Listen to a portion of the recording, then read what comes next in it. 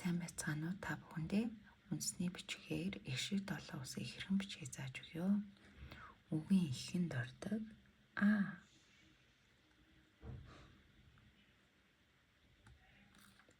Үгийн донд ордог а.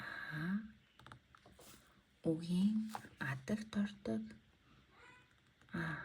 Сүүл болон орхиц хэлбэр бичиж болдог. За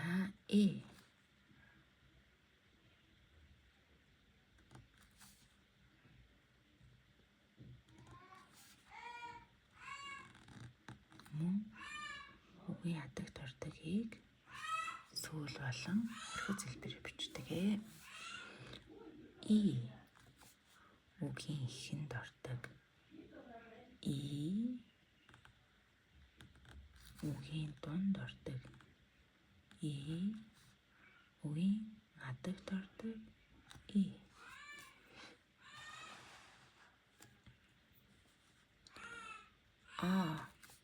үгийн ихэнд ордог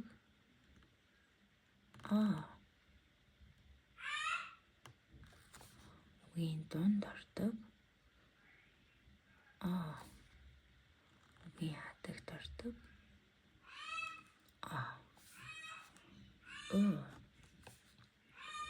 үгийн ихэнд ордог үгийн донд ордог үгийн адагт ордог үгийн ихэнд ордог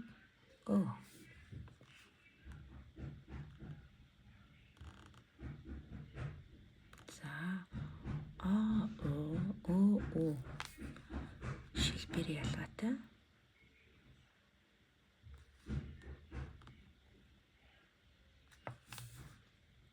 Үгийн ихэнд ордог